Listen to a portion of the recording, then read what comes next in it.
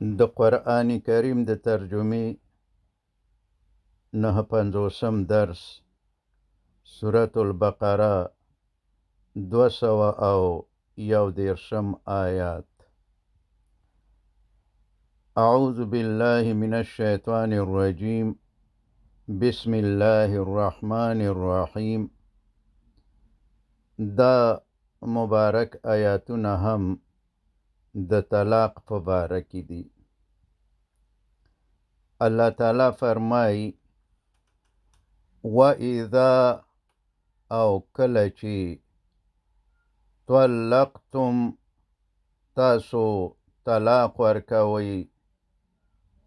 یعنی په اول ځل یا په دوهم ځل، النساء ښځو ته، فبلغنا او بیا نږدې شي هغوی، یعنی دا طلاق شوې ښځې نږدې شي اجلهن خپلو مقررو مودو ته د عدت، یعنی 3 حیضه یا 3 میاشتنۍ مریضۍ یې په خلاصېدو وي، نو فامسکو نو یا ساتئ تاسو هن هغوی بمعروف په ښایسته طریقې سره، یعنی رجوع کوئ شرعي صحبت او ښه خوشحاله ژوند سره کوئ، او یا سرحو پرېږدئ تاسو هن هغوی بمعروف په ښایسته طریقې سره، یعنی مهر، جوړې جامې او هغه تحفې چې تاسو ورکړي دي هغه به ترې بیرته نه اخلئ، ضرر به ورته نه رسوئ، بدې خبرې به یې نه کوئ او د خلکو نفرت به ترې نه پیدا کوئ. ولا تمسکو او مه ساتئ، مه بندوئ، مه ایساروئ تاسو هن هغوی ضرارن د پاره د ضرر رسولو هغوی ته، لتعتدو د دې دپاره چې تاسو تیری او ظلم پې وکئ، یعنی چې د خپلې غصې سړولو دپاره صرف د دې دپاره ورته رجوع کوئ چې ویې ساتئ او ظلمونه پې وکئ او خپل زړونه پې یخ کئ، خو په رښتیا مو ورسره په زړه کې د اوسېدلو اراده نه وي، دا کار به نه کوئ. ومن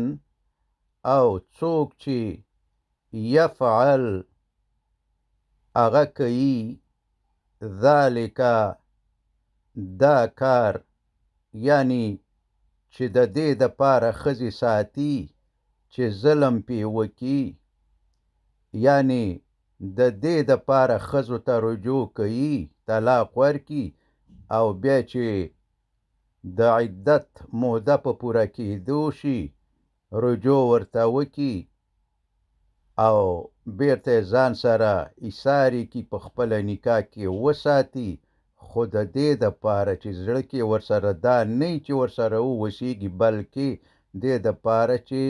ضرر ورته ورسوي، ظلم پې باندې وکړي، تکلیف ورته ورسوي، نو څوک چې داسې وکړي فقد نو یقینا ظلمه هغه ظلم کوي نفسه په خپل ځان باندې. دا خو د الله تعالی امتحان دی، دا خو داسې نه ده چې نعوذ بالله الله تعالی عاجز دی او بنده ته څه نشي ویلی.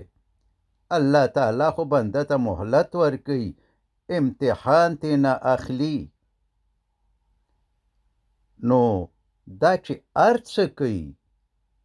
ته خپل ځان باندې کوي، که ښه کوي که بد کوي بنده ځان سره کوي دا په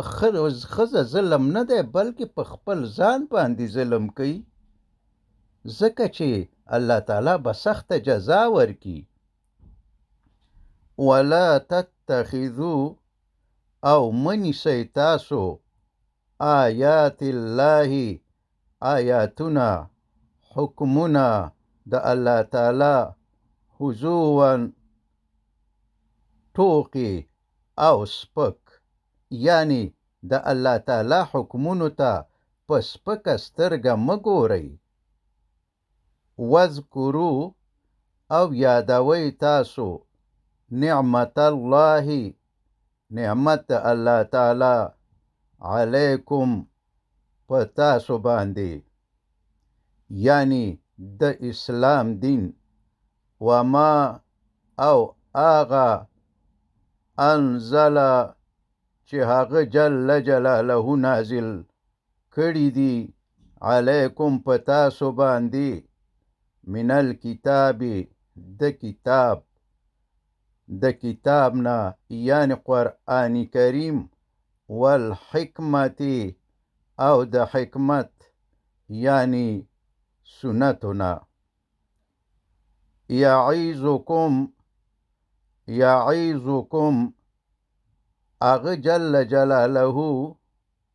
هغه جل جلاله نصیحت کوي تاسو ته به په دغه قرآن کریم او سنت سره واتقوا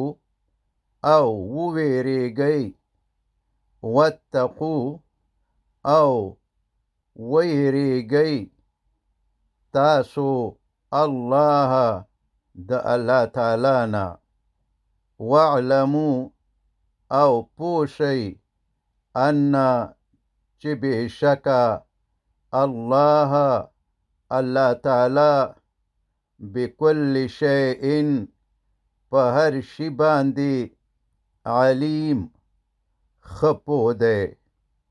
که تاسو په ښه نیت سره ښځو ته رجوع کوئ او که په بد نیت سره الله تعالی ستاسو په نیتونو او ارادو باندې پوهیږي او الله تعالی فرمایي وَإِذَا او هر کله چې طلقتم طلاق ورکړئ تاسو په اول یا دوهم ځل النساء ښځو ته فبلغنا او ورسیږي هغوی اجلهن ټاکلې مودې د عدت د هغوی ته یعنی چې 3 حیضونه یا 3 میاشتنۍ مریضۍ ورباندې تیری شي او خاوند ورته رجوع او شرعي صحبت ورسره ونکي نور نو طلاق واقع شو نکاح ماته شوه یعنی ښځه د خاوند د نکاح نه ووته او بالکل آزاده شوه خو دا بهتر طلاق دی ځکه چې اوس هم د دواړو ښځې او خاوند دپاره چانس شته دی که چیرته دواړه سره جوړ او راضي شي او وغواړي چې بیرته سره یو ځای شي نو کولی شي چې بیا نوی مهر ورکي او نوی نکاح وکي نو که چیرې دوی دوباره نکاح کول غواړي فلا تعدلوا نو ممنې کوئ تاسو هن هغوی یعنی دلته خطاب د ښځې ولی ته دی د ښځې مور پلار ورونو خورګانو او دوستانو ته دی چې که دا ښځه غواړي چې د خپل مخکیني خاوند سره بیرته واده وکړي، نکاح ورسره وتړي، نو تاسو یې مه منې کوئ ان چې ینکحنه نکاح کوي هغوی ازواجهن د خاوندانو د هغوی سره هغه خاوندان چې دوی ته طلاق ورکړی دی. که دوی وغواړي په خلا شي چې هغوی سره نکاح وکړي، نو ای پلاره ای وروره تاسو یې نشئ منې کولی. مې منې کوئ که دوی وغواړي چې د خپلو خاوندانو سره نکاح وکړي، یعنی د خپلو هغو خاوندانو سره نکاح وکړي چې دوی یې طلاقې کړي دي، نو تاسو یې د هغوی سره د دوباره نکاح کولو نه مه منې کوئ. اذا کله چې تراضوا راضي وي دوی په خلاصي سره او راضي یي بینهم په خپلو منځونو کې بالمعروف په ښه طریقه سره، یعنی ښځه او خاوند دواړه په خپل منځ کې په دې رضا وي چې آینده کې به د شریعت مطابق خوشحاله ژوند تیروو. معقل رضی الله تعالی عنه خپله خور یو مسلمان ته په نکاح ورکړې وه. څه وخت وروسته هغه طلاق ورکو او د عدت په دوران کې رجوع ونه کړه، یعنی 3 حیضونه تیر شو خو هغه رجوع او شرعي صحبت ونه کړو. طلاق واقع شو، ښځه د نکاح نه خلاصه او آزاده شوه. خو څه وخت وروسته بیا یو بل سره اړیکې جوړې شوې، په خلا شو، د یو بل ته میلان پیدا شو او غوښتلې چې بیا سره نکاح وکړي، او دوباره د معقل رضی الله تعالی عنه د خور سره د نکاح کولو پیغام ورولېږلو. خو معقل رضی الله تعالی عنه ته غصه ورغله چې ما خور ستا په نکاح کې درکه او تا طلاقه که، او بیا د عدت په وخت کې دې رجوع هم ونه کړه. اوس چې طلاقه او آزاده شوه، نو قسم یې وخوړو چې نوره به تا ته په نکاح در نه کم. نو همدا مبارک آیات نازل شو. نو کله چې معقل رضی الله تعالی عنه دا آیات واورېدو، نو وی ویل چې ای الله، ما ستا خبره واورېده، زه ستا اطاعت کوم. بیا یې هغه سړی را وغوښتلو او ورته وویل چې زه خپله خور تا ته په نکاح در کوم او زه ستا عزت کوم، او د قسم کفاره یې ورکړه. یعنی په اول او دویم ځل طلاق ورکولو کې که خاوند رجوع وکړه د 3 میاشتنۍ 3 مریضیو په داخل کې، یا 3 حیضه چې پوره تیر شوي نه یي، په دغې موده کې که بیرته میړه ښځې ته رجوع وکړه، طلاق واقع نه شو، ښځه په نکاح کې پاتې شوه. او که په خلا نه شو، رجوع یې ونه کړه، عدت خلاص شو، ښځه طلاقه شوه، د نکاح نه ووته. لیکن ښه والی پکې دا دی که اوس هم فرضاً 6 میاشتې وروسته ښځه او خاوند سره بیرته په خلا شو، نو اوس کولی شي که چیرته د دواړو خوښه وي چې ښځه او خاوند سره بیرته نکاح وکړي، مهر به د سره ورکړي او تازه نکاح به وتړي. او الله تعالی حکم کوي پلرونو ته، ورونو ته،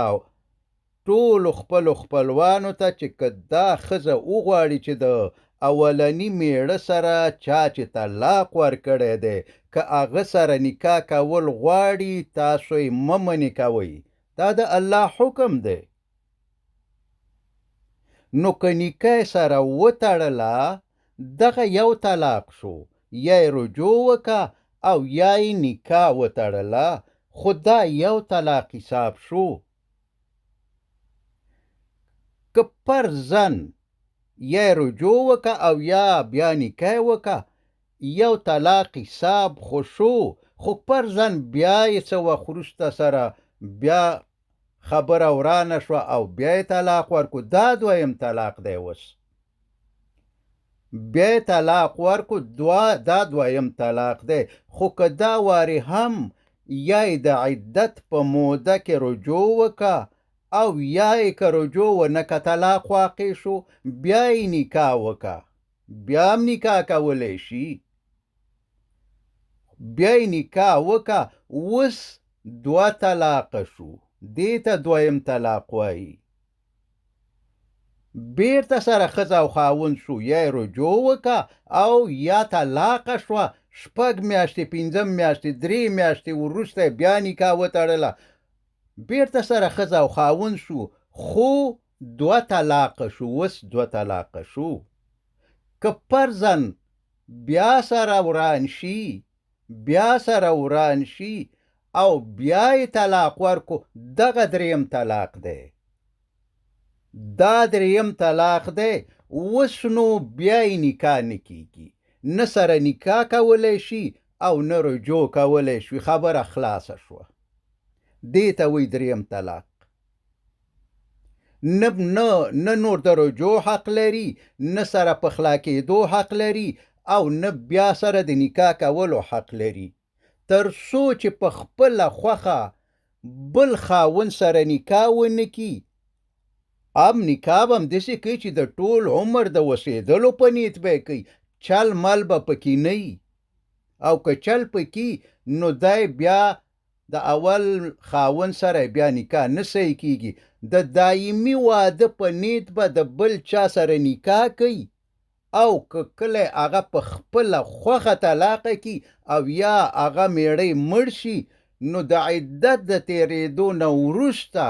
که د خپل اولني خاوند سره یې خوښه نو بیا یې نکاح کیږي. دغه دریم طلاق دی چې د دې طلاق ورکولو وروسته نوره نه نکاح سره کولی شي او نه رجوع کولی شي. نو دغه په قرآن کې د طلاق ورکولو طریقه ده. د الله تعالی قانون د طلاق ورکولو دپاره دغه دی. اول وار به طلاق ورکي، یا به رجوع وکي، او که رجوع ونه که عدت تیر شو، ښځه طلاقه شوه. چې طلاقه شوه بیا به نکاح وکي که چیرته غواړي، دا یو طلاق شو. او که فرض که بیا یې طلاق ورکو، دغه دویم طلاق شو. یا به رجوع وکي او که رجوع ونه که عدت تیر شو نو بیا طلاقه شوه. خو کولی شي چې اوس هم بیا نکاح وکي. فرضاً بیا یې نکاح وکه، په خلاصو سره بیا یې نکاح وکه، نو دغه اوس دوه طلاقه پوره شو. دې ته دوه طلاقه پوره وایي، طلاقه وایي.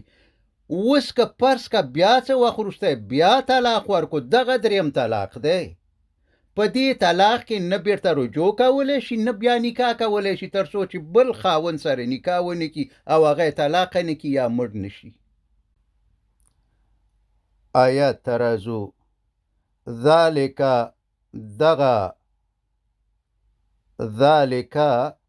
دغه حکم چې ښځه د اول او دوهم ځل طلاق ورکولو نه وروسته د اولني خاوند سره د نکاح کولو څخه مه منې کوئ، یوعظو نصیحت کیږي بهی په دې حکم سره من کانا هغه چاته منکم د ستاسو نه یؤمنو چې ایمان او باور لري بالله په الله تعالی باندې والیوم او په ورځ الاخري د آخرت باندې. ذالکم دا حکم چې ښځې د مخکینیو خاوندانو سره د اول ځل او یا دوهم ځل طلاق ورکولو نه وروسته د نکاح کولو څخه مه منې کوئ، ازکا ډیر بهتر دی، لکم تاسو ته، و اطهرو او ډیر پاکیزه دی. یعنی که تاسو خپل لور او خور د رجعي طلاق نه وروسته بیرته خپلو مخکینیو خاوندانو ته دوباره په شرعي نکاح ورکئ، دا ستاسو بې غیرتي او بې عزتي نه ده، بلکې د الله تعالی د دې حکم په منلو سره ستاسو او ستاسو د خورګانو او لورګانو عزت نور هم زیاتیږي، ځکه چې والله او الله تعالی یعلمو پوهیږي چې ستاسو عزت او خیر په څه شي کې دی، وانتم او تاسو لا تعلمون نه پوهیږئ چې عزت مو په څه کې دی او خیر مو په څه کې دی. وصلى الله تعالى على خير خلقه محمد وآله وأصحابه أجمعين.